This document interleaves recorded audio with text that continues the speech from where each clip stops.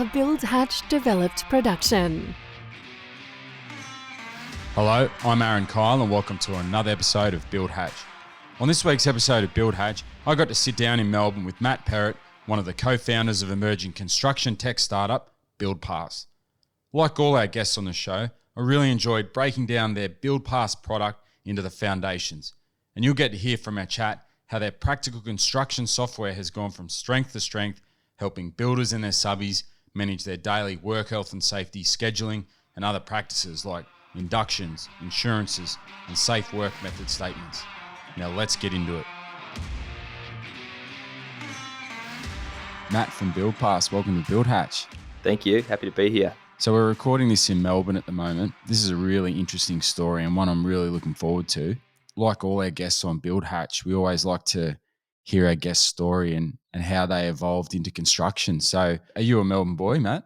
Yeah, I am. Melbourne, born and bred. And did you grow up in a typical Australian sort of family, or how was your childhood? Yeah, I think pretty typical. I grew up in a place called Diamond Creek until I was about 5. So my parents had a small house and a little bit of land out there. And then we moved closer to the city when I went to school. And yeah, childhood was basically a lot of sport, a lot of time outside, a lot of time in the water, in the surf and in the pool, swimming and playing water polo. So yeah, I think a pretty active, normal childhood. And what were you like as a kid? Like, were you aspiring to sort of go to university growing up or do a trade? What were you thinking back then? Uni was always the plan, but I was very hands-on. So always kind of building things out in the shed with dad as a kid, building spud guns and other things that I probably shouldn't have been building. And then when I went to uni, I didn't do the traditional kind of working in hospitality or working at a bar. It was always more hands-on jobs. So I worked as a labourer, did a bit of time as a shop fitter, working at a factory, cleaning pools as well. So it was always very hands-on while I was at uni. What sort of course did you apply for when you were finishing school? So I actually went into a Bachelor of Commerce to learn about business. I always wanted to get into civil engineering. Liked the idea of working on buildings. Kind of the childhood dream was to work on big skyscrapers. So at the uni I went to, though, you got to do a basic all-rounder course first, and then you can specialise. So I chose commerce to do that first, and then the plan was always to go into civil engineering. So studying commerce, what was that like? Yeah, I didn't love it.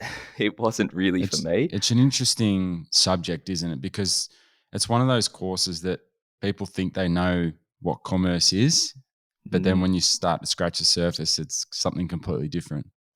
Yeah, and look, the first year I quite liked it. Learning about all of the basics was really good. Learning about some economics and supply and demand, a bit of accounting. But then as it got into more theoretical stuff, it seemed to be less and less applicable to the real world. And I kind of zoned out a little bit, and I kind of realized pretty early on that a career in commerce wasn't for me. So that was here in Melbourne. Yep. And so what were you thinking, like, when you sort of decided that this wasn't looking like suitable for me? What were you sort of thinking? After the commerce, the plan was to go into the civil engineering, and hopefully that would be more exciting. But at uni, I kind of got more interested in startup businesses and trying to start my own businesses. And so I tried to start something at uni that was it was an app to create spontaneous social catch-ups. It failed very miserably. I didn't have any money and I didn't really know the tech behind it either. So it didn't go very far. But what it did do is it sparked an interest in the software side of things. And that's how I got a bit more involved in that space. So what sort of businesses were you looking at on that sort of startup scene? Oh, look, a bit of everything, really. At the time, 5 or 6 years ago was very much the era of social media. So it was about those social apps where people could catch up and hang out online. That was the area I was looking at. But it's also, not a very good way to make any money. No one pays for those apps, and you've got to get a lot of scale before anyone assigns any value to it. So yeah, that was pretty difficult. I think back then as well, there was this real emerging, like it was starting to evolve of this Atlassian and these cool startups. Like I think in Australia particularly, that was the very beginning of Australia being recognised on a worldwide stage for that sort of software development? Yeah, absolutely. It was pretty exciting time to be a part of it all. And I think everyone was just only realizing the opportunity in the space. And yeah, I just wanted to get involved in it, but had no skill set to do so. And that's where I really switched tack. And I said, I like the civil engineering side of things, but I'm going to go change and I'm going to study software. And so that was a really big change for me. It was a completely different thing that I had no idea about. The notion of people who know software, you kind of have this preconceived notion of what that person looks like, the stereotype. The kid who's been coding since he was 12 and a maths genius, which I was none of. So certainly changing into that area, there was a whole lot of imposter syndrome. Like, what am I doing here? Like, why am I even trying this? But pretty quickly you get over that after the first 6 months, realize everyone's there to learn the same thing. And yeah, I just got more and more interested by it, this software space, because to be honest, it's not that different from structural or civil engineering. It's solving problems and it's starting from nothing, applying systematic thinking and then solving problems, kind of like building a house as well. It's very similar. It's basically solving a big jigsaw puzzle to go from having nothing to having something really beautiful that people would use, or in the case of a house, live in. Yeah, I really like that analogy, and it goes back to, like anything, getting that structure right. If you get the structure and the foundations right, then everything else can kind of flow and change, and it can adapt and turn out successfully, sort of in that light. Yeah, exactly. And like using the same analogy in software, you can pull something together really quickly, just like you could build a house really cheaply if you wanted to, but it's going to burn you in the long run. If it's not engineered properly, if it's not well designed, it's not going to turn out well in the long run. So from that perspective, it's the same there as well. So, what was that like, studying software development? It was interesting. It was tough. The learning was great. I really enjoyed the learning. But like I said before, there's a whole lot of other smart people who are ahead of you in certain areas, and Well, like you said, they've everything's been new. doing it from a young age. They've always known they wanted to get into this. Yeah, exactly. And like now that I am in the space, you look at, things like code and it all makes a lot of sense. And it's when you look back on it, it all seems very simple. But at the start, looking at it, it's very daunting. It's just a completely different mindset. It's like seeing Chinese in front of you, essentially, if you don't know how to do it. So it is a very daunting thing to start, but like anything, you bite off small pieces, you make small bits of progress. And then when you look back after a year, 2 years, 3 years, or 5 now, you realize how much progress you've made just by biting off those little chunks and going step by step. Yeah, look, I think it's really interesting. And I mean, when you were studying software development, were you looking at eventually going into the construction space, or were you sort of sticking to software development and seeing where it was going? What were you thinking? Yeah, so I actually did. And how I first got exposure to construction tech is I was working for a company while I was studying commerce, doing corporate advisory. So we would help people do deals on certain things, and we got engaged to look at a construction tech company. I won't drop the name of it, but they were doing really well. They still are. They're a fantastic company, and I kind of saw how these guys had found a niche in the construction space, applied existing technology, and we're changing people's lives. They've created a whole marketplace that people are on, and they didn't invent any technology. It wasn't like they were Google with new search algorithms or something. It was just applying stuff that existed to a new industry in construction. And I found that really interesting. And that was always something that I thought I'd love to get into, but I still had such a long way to go to being at that point where I could create it myself. So I spent the next few years doing various things. I went and worked for a startup for free because I didn't really know anything, but they took me on for 6 months as an intern for free, and I kind of learned to see how a software engineer was meant to act in a professional sense, not just at uni. Then I went and got a job at REA Group, so realestate.com.au, was a graduate there, and kind of got caught up in the rat race of it all a little bit, going for that next promotion, getting really technical. And earlier this year, late last year, I kind of took a step back and said, well, what was the reason that I got into this space. Like, why did I start learning software? It was so I could go start my own business, and a business in construction was, the thing that I really wanted to do. So I took a step back, and that kind of was the start of BuildPass. Yeah, it's a great name. What sort of the meaning behind BuildPass? Yeah, so we've started off in the safety space. So we're digitizing all of the safety aspects, the things that happen with pen and paper on a construction site is what we're trying to digitize and make really, really easy to do, because it was the biggest pain point for all of my mates that work in the industry. They just said it was the most backwards process at the moment. So being related to safety, we kind of wanted to make our app the pass of approval, that kind of tick of approval that you would need to be safe on a construction site. So that's where BuildPass came from. What did you do early on with setting out? And you said you had some mates in construction. So how did you sort of formulate, I guess, the fundamentals of it in building this? So a typical mistake that people in software make is, because they can build stuff, is they think of an idea and just go straight into building it without validating if there's actually a business problem. So, and I've made that mistake before myself. So it was a very deliberate strategy to spend a few months just talking on the phone with people. And while I've had fleeting experiences in the construction space, it's next to nothing compared to all of my mates and people who've actually gone and worked in trades or gone to university in construction management. So I just spent probably 2 months, over 100 phone calls, speaking with mates and mates of mates about the industry, learning about what the industry was like, but then two, their problems, and to kind of figure out if this idea that we were thinking about actually had any credibility or if it was a worthwhile thing to pursue. So lots of learning about the space before diving into it. How's this for a funny story? I can actually relate to this because being a bit of an ideas man myself, I love surfing. And I had this idea. I'm going back, this must have been 12 years ago now. I had this $1 million idea, thought this is going to make me an absolute fortune.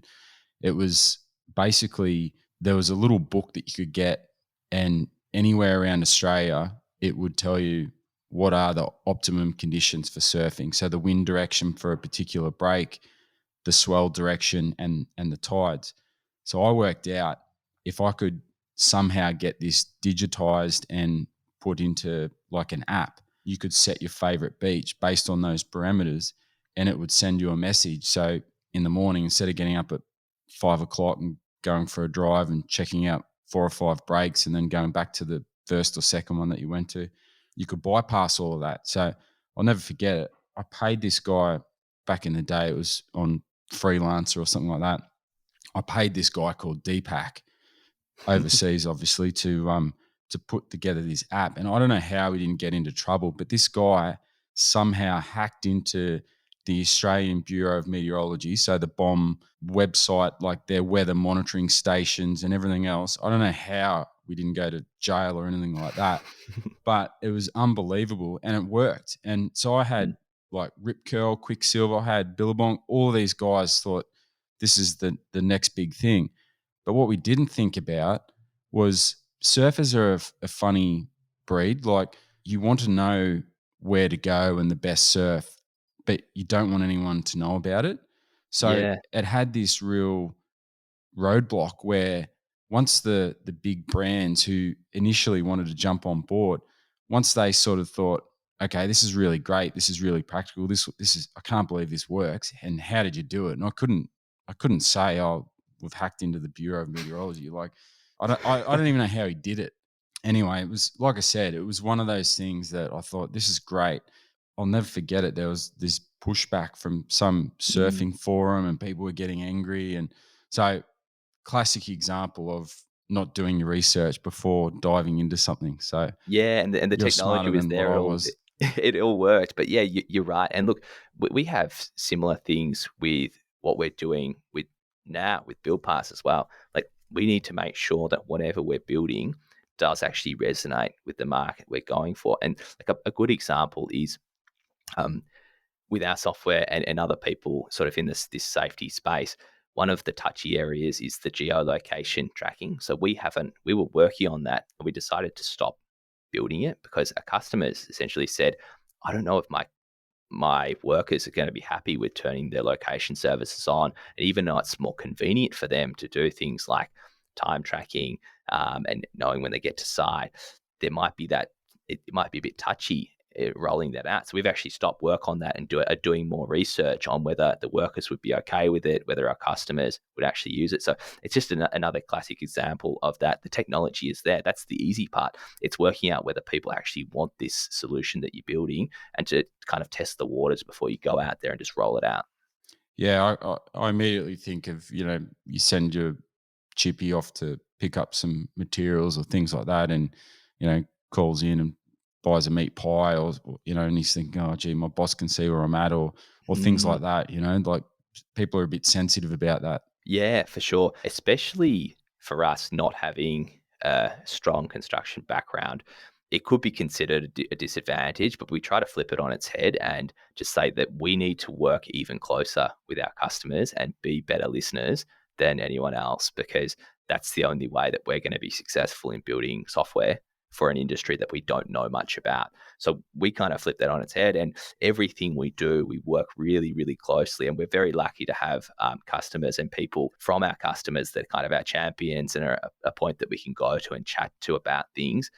So yeah, for us, it's just about going out, learning a lot about how they operate and listening to their business, doing that multiple times with different customers. And then it's our job to distill, okay, what's the product look like that works for everyone in a way that it's flexible enough to work for all these people, but it also solves each one of their problems. What's the grind like going and approaching businesses and saying, look, here's BuildPass, this great product, very practical. Did you offer them a trial, or how did you sort of get your way into getting them on board? Yeah, so we're still very early stages. We're just operating in Victoria at the moment, and we haven't really put any dollars into marketing at all. So for us, it's all about being networks and just going out to people we know and then the people they know. And we have tried like a little bit of cold emailing to people and cold calling. And with the amount of spam that people get these days, as soon as they get a message from someone that they haven't been referred or that they haven't heard of, it's like immediately just filtered out your spam, even if you've got the greatest solution that's going to save them hundreds of thousands of dollars or heaps of time a year, you're not going to get through to them. That's what we've learned. So for us, we want to make sure that we have a really good brand and a good marketing strategy going forward, that people hear about BuildPass, they hear about how it can help their business, but we're not going out and trying to sell it to them. Like, we don't want to hire a big sales team and get on the phone. That's just not what we're going to do. What we do want to do is work on our product and make it so good for the customers that are using it that they actually want to refer their mates to it. So that's kind of the strategy going forwards. But as far as the customers that we've got now, you're right, we do offer free trials. I think that's the best way to show someone that we're confident in our product. We're happy for you to use it for a certain amount of time before paying for it. And for the moment, it's been warm leads. People I know, current customers, are starting to refer us on to their mates. And so it's all been warm leads. And when you have that warm connection with someone, it takes the sales aspect out of it, and they can you can have a proper conversation about what the offering is, rather than them just trying to filter out another salesperson. Yeah, look, that's important, and you're definitely miles ahead in having that approach to it. So explain the fundamentals of BuildPass. So if I'm a builder or a subby working, how does BuildPass help me? What are the practical benefits of how it works? Yeah, so it's essentially just trying to digitize a whole range of processes that happen either with pen and paper, or that are happening on email and spreadsheets, and a range of other, point solutions for certain things. So as far as the core of our product at the moment, what it allows you to do is have one platform where you put all of your projects in it, and then you can manage all of your safety for each subcontractor and their workers that are coming onto site. So what that looks like practically is, you as the builder would go in, create a new project. When you win a new job, you'd add all of your subbies that you're working with, and you can do that throughout the life of the project, kind of change things as things pop up. They'll submit their safety documentation, so things like their insurances, they'll make sure that they're current. If they're doing high risk work, they'll submit their SWIMs. All of that can be reviewed from within the platform. then when the workers arrive on site, they just scan a QR code, which gives them the app. From within the app, they put in all their information. Like we've got the ability to automatically scan your white card. We'll pull the information out of it and store it. So it's like a digital wallet for the workers, and they can keep their tickets and licenses in there. Then they do a site induction, and where they tick a few boxes and they go through all the policies and the current risks of the site. They So sign on do to their they, swims. if I'm the builder, do I upload my own induction, like with questions and things like that? Yeah, so we provide a set of defaults in there. So So like a essentially, template. yeah, it's like a template, and we just get the basics from WorkSafe. So WorkSafe provides a standard site induction that we have in there. That's the default. But we find that our larger customers tend to have all of their own documentation that they want configured in their way, so they can configure that.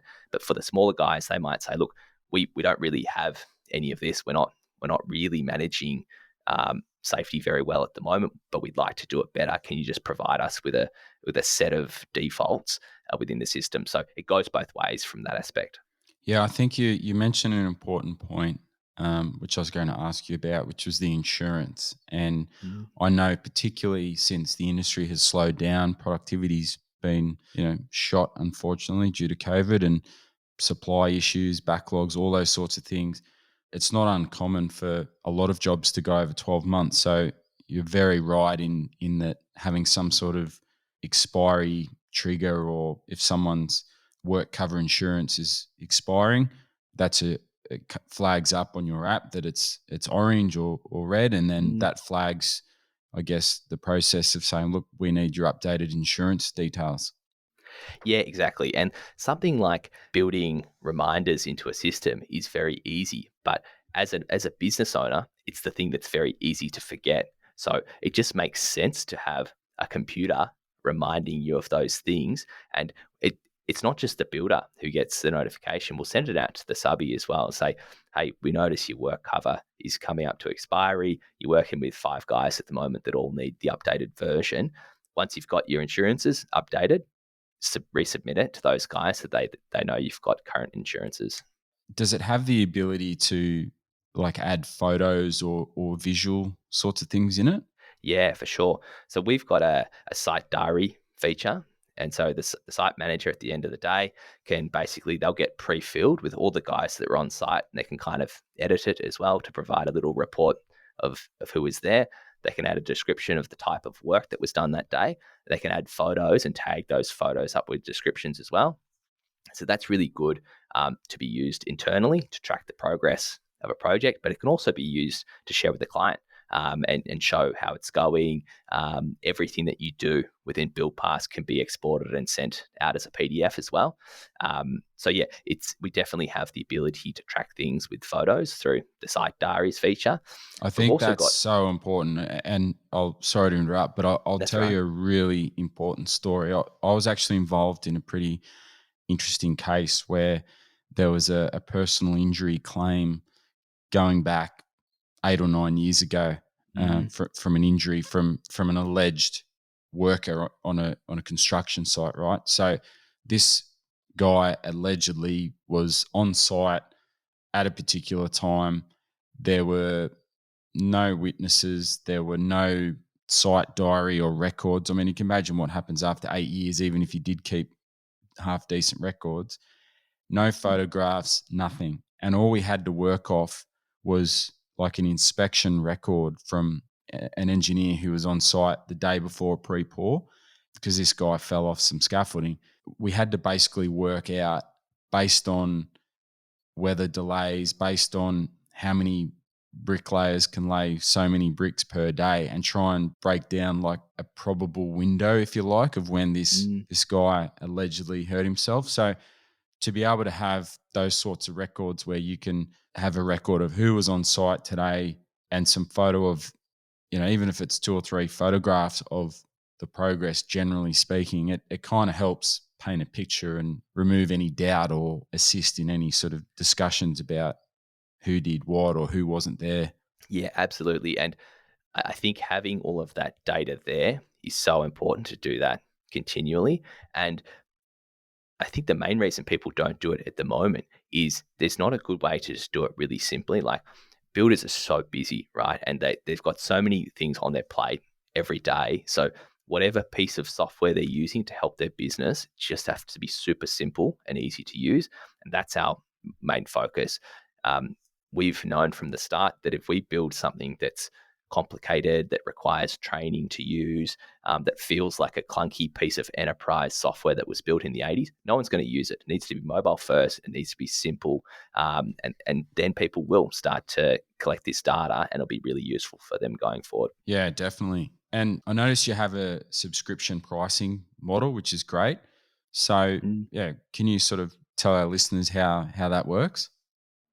Yeah, so we basically we just try to price our software based on how much value it's giving to a business, and the amount of value that you get from it usually depends on how big your business is. Because as you scale, you need to use it more and more. So that's how we do our subscription pricing. We just look at the amount of staff that you have within the system, which is a reflection of the size of your business, and that therefore translates into our subscription pricing. So we try to make pricing fair and accessible to a small mum and dad builder that's doing a couple of renovations a year, right up until the more commercial grade builders who might be building warehouses or whatever it is. We have that sliding scale such that it works for both businesses. And I mean, it's pretty good value. I mean, that sort of mum and dad sort of renovator or small scale business, that's only $199 a month. But that's based on less than $5 million worth of turnover. So that would take care of,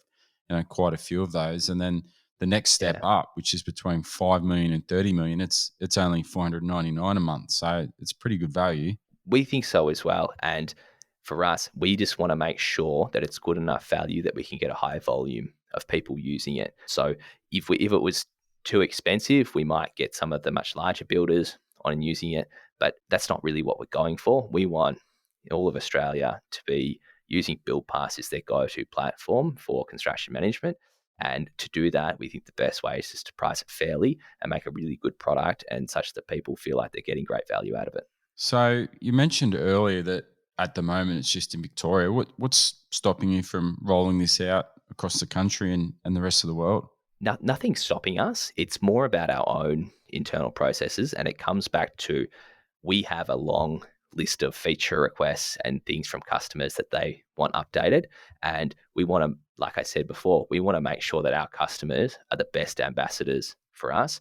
So if we can keep them really happy, then I think that'll be better for us in the long term. So we don't want to put dollars into marketing it or scaling too quickly. We want to kind of grow with our customers.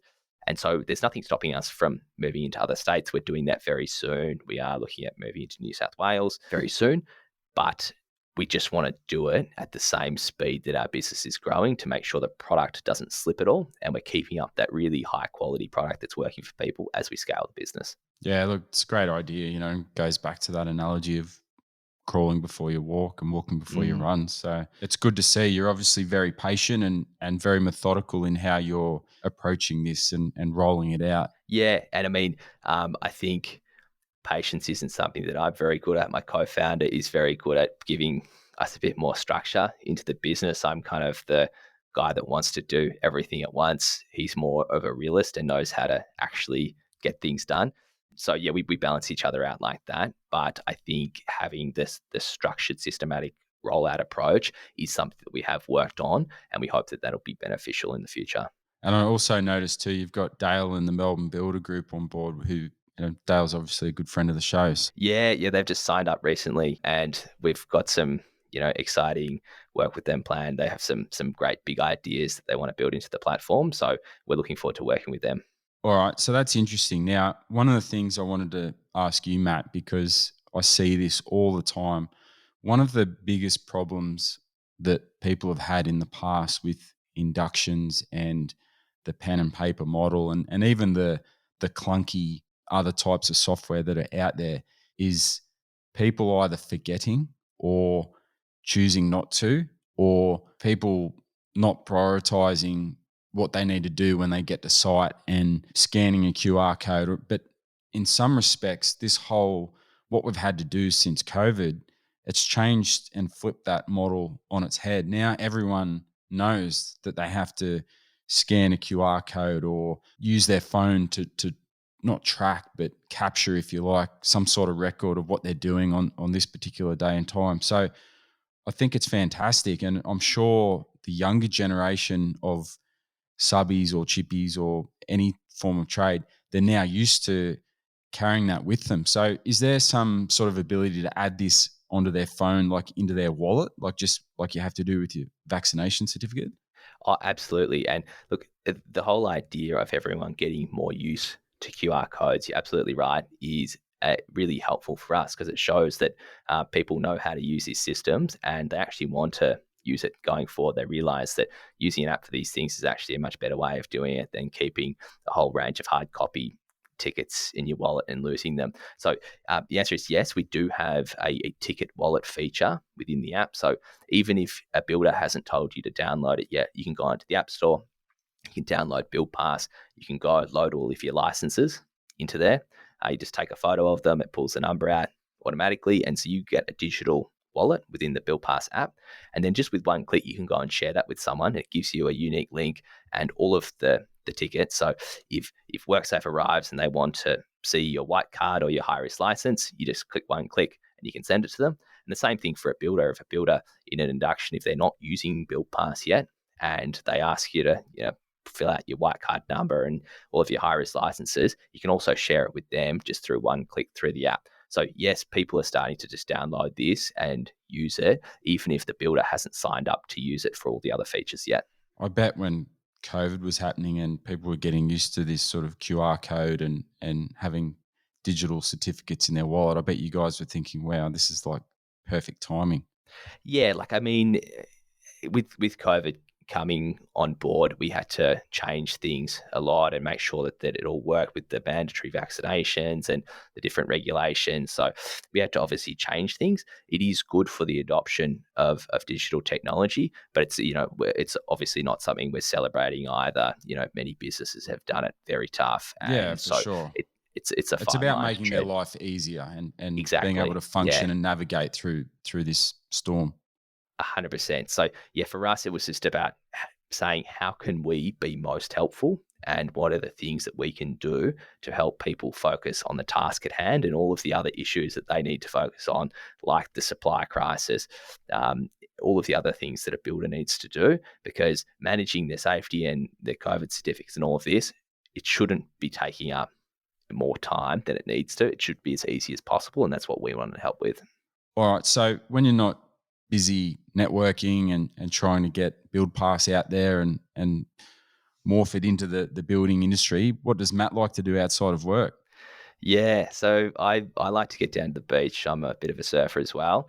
I don't do it nearly enough, and living in Victoria, certainly don't get down to the beach and finding swell enough. But I spend a lot of time down by the ocean at my lifesaving club as well. So whenever I can, down on the coast. But outside of that, just spending time with my partner, going out to restaurants, hanging out with friends, going to the pub, living a pretty cruisy life outside of work. Yeah, look, it's fascinating. And I think kudos to you. And I love the name BuildPass. I think it's a fantastic name and is one of those names that becomes part of your vocabulary. Have you got your BuildPass? Have you logged into BuildPass? Can I see your BuildPass? Like all these different types of, it just becomes part of what you do every day. So Matt from BuildPass, I really appreciate you coming onto the show and sitting here, catching up in Melbourne and telling your story on BuildHatch. And I really wish you guys the best of luck and I encourage people to jump on board and get behind you. I think it's a great thing. Thanks so much, Aaron. It's been awesome. Well, that was another BuildHatch episode with myself and Matt from BuildPass in Melbourne. As usual, please check out our Instagram page and other socials where you'll be able to learn more about our guests and some of the features of the work that we talk about.